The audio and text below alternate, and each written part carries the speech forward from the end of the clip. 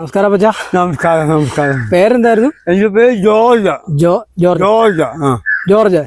Okay. ഞാൻ എനിക്ക് മുമ്പ് എനിക്ക് സ്ട്രോക്ക് വന്നു. അതുകൂടാതെ എന്റെ നാവേൽ എനിക്ക് ക്യാൻസർ വന്ന് സർജറി ചെയ്ത അല്പം സംസാരിക്കുമ്പോ അല്പം കൊഞ്ഞപ്പൊക്കെ ദൈവം ഒരു ശക്തി തന്നെ ഇപ്പൊ വിഷയം അതുകൊണ്ടായി കാണുന്നത്. എന്റെ പറമ്പിൽ ഒരു 50 വെറൈറ്റി ഫ്രൂട്ട്സ് ഇല്ല. എല്ലാ ഫ്രൂട്ട്സും എന്റെ പറമ്പിൽ. ഇത് മക്തേവ, ഇതാണ് മക്കോട്ടാദേവ.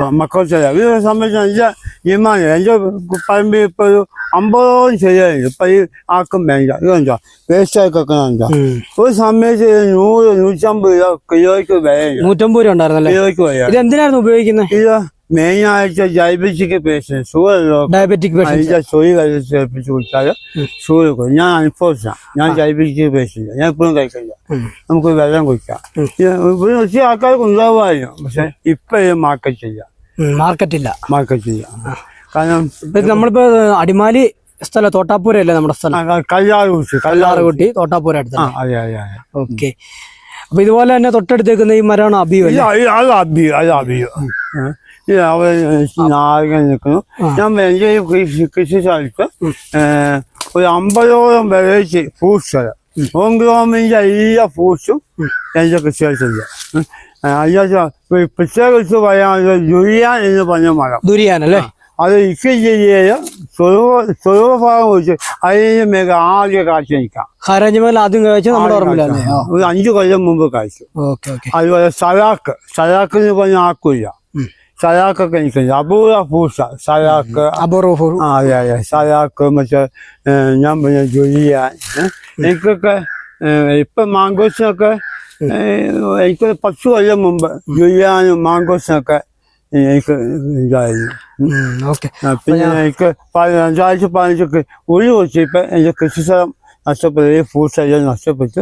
പിന്നെ അതിന് ശേഷം 2020 വെച്ച മരങ്ങളൊക്കെ 20 വെച്ചതിന് ശേഷം ഇതൊക്കെ മുഴുവൻ ജാതിയായിരുന്നു. ഒരു 300ഓളം ജാതി തെങ്ങങ്ങനെ ഒക്കെ മുഴുവൻ നഷ്ടപ്പെട്ടു പോയി.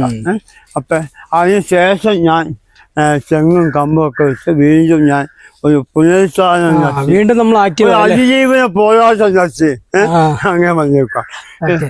ചാമ്പ ഒരു 10 സൈസ് ചാമ്പയുണ്ട്. ഇതെല്ലാം ഫ്രൂട്ട്സ് മരം നിറയെ ഉണ്ടല്ലോ. ഒരു 5 സ്ഥലം മുഴുവൻ ഫ്രൂട്ട്സ് ആണ്. ഇവിടെ തെങ്ങുമരം, തെങ്ങയിലൊക്കെ തെങ്ങയുണ്ട്, തെങ്ങഞ്ച് എല്ലാം ഉണ്ടല്ലേ. അതുപോലെ പറമ്പിൽ പൂച്ചയുണ്ട്. മെനസ്ട്രോമയല്ലേ ഇത്? ഇത് മീൻകുളമൊക്കെ ഉണ്ടല്ലേ? മീൻകുളം ഉണ്ട്. ഇതെന്ത് നാരകം അത്? ഇത് ബബിളീസ് അല്ലേ? കരുനാരങ്ങ അല്ലേ? ഇതാണ് നമ്മുടെ അബിയുവിന്റെ കായകളൊക്കെ ഉണ്ട്, പഴുത്തിട്ടില്ല. 5 മാസമേ കഴിയുമ്പോ പഴുക്കും. അല്ലേ? ഒരുപാട് ഫ്രൂട്ട്സ് ഐറ്റം ഉണ്ടല്ലേ നമുക്ക്? ഫ്രൂട്ട്സ് മാവുകള് ഈ ചാമ്പ തന്നെ ഒരു 10 സൈസ് ഉണ്ട്. ഈ ചാമ്പല്ലേ ഒരു വെറൈറ്റിയാ? പിന്നെ കൃഷി ഞാനൊക്കെ വെച്ചേക്കുന്നു. ഞാനൊരു പുനരുത്ഥാന 4 വർഷം കൊണ്ട് 2015 ഒഴിച്ചുപോയി 5 വർഷം കൃഷി ചെയ്യാൻ പറ്റില്ല.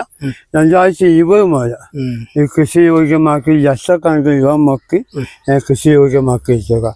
ഒരു ഉച്ചാരണം ദൈവം തന്നെ ഒരു ശക്തി. അതുകൊണ്ട് ഞങ്ങൾ പോകുന്നു. ചന്ദനമരമൊക്കെ ചൂപ്പിച്ചിട്ടുണ്ട്. ഇങ്ങനെ നടന്നു ചെല്ലുമ്പോൾ നമ്മൾ കാണുന്നത് മീൻകുളം അല്ലേ? ഇത് മീൻകുളം.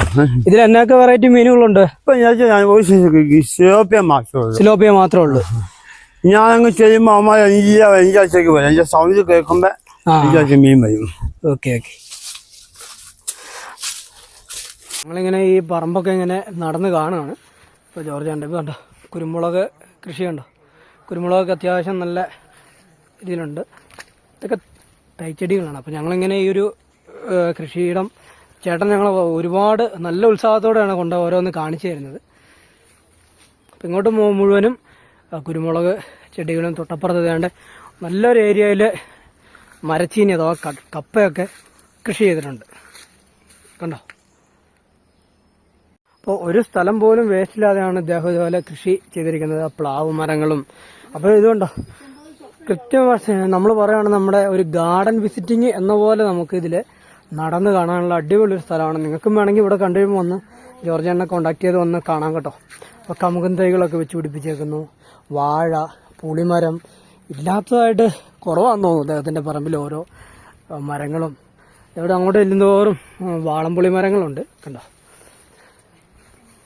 ഈ കരിമുണ്ട കുരുമുളക് ഇനമാണിത്. പിന്നെ ഗ്രാമ്പു നിൽക്കുന്നു. അപ്പോൾ ആ വലിയ മഴക്കാലത്ത് ഉരുള് പൊട്ടിയൊക്കെ വന്ന് ഇവിടെ അടിഞ്ഞുകൂടിയ മരങ്ങളൊക്കെ ഞങ്ങളെ കാണിച്ചു തന്നായിരുന്നു ചേട്ടൻ. അപ്പം നമ്മളിങ്ങനെ വന്നു കഴിയുമ്പോൾ കണ്ടോ, ഇതിപ്പോൾ ഈ കാണുന്ന ഭാഗം കല്ലാറക്കുട്ടി ഡാമിൻ്റെ റിസർവയറിൽ വെള്ളം നിറയുമ്പോൾ, അപ്പോൾ കഴിഞ്ഞ ദിവസം വലിയ മഴ പെയ്തപ്പോൾ കണ്ടോ വെള്ളം കയറിയതാണ് ഈ ചെളി. ഡാമൊക്കെ തുറന്നു വിട്ട് വെള്ളം കുറഞ്ഞു കഴിഞ്ഞപ്പോൾ ഇവിടെ ചെളിയായി. അപ്പോൾ ഇതുപോലുള്ള രസകരമായ കഥകളൊക്കെയാണ് നമ്മളോട് ജോർജ് ചേട്ടൻ പറഞ്ഞു തന്നുകൊണ്ടിരിക്കുന്നത്. ഇതുണ്ടോ, ഇങ്ങോട്ട് വരുമ്പോൾ റബ്ബർ തോട്ടം. എന്ത് രസമെന്ന് നോക്കിയാൽ, നല്ല എന്നാ അടിപൊളി സ്ഥലമാണ്.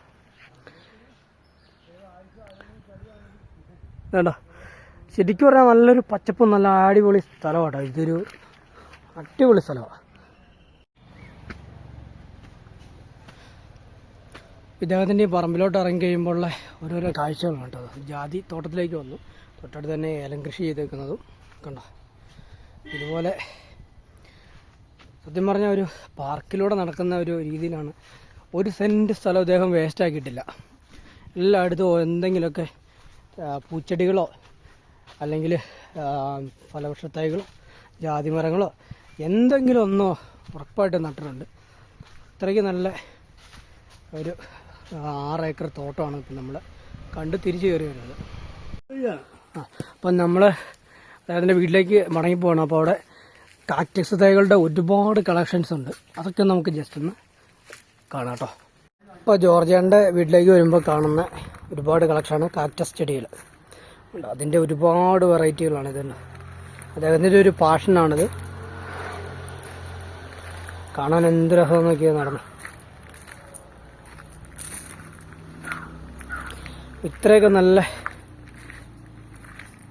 കാഴ്ചകളാണ് അദ്ദേഹം ഇവിടെ ഈ വീട്ടിലായിട്ട് ഒരുക്കിയിരിക്കുന്നത്. ഈ ഒരു ഓടിട്ട വീട്ടിലെ ഈ മനോഹരമായ കാഴ്ചകളൊക്കെ കണ്ടുകൊണ്ട് നമ്മളിന്ന് ഇവിടെ നിന്ന് പിരിയാണ്. നമുക്ക് അടുത്ത വീഡിയോയിൽ കാണാം കേട്ടോ.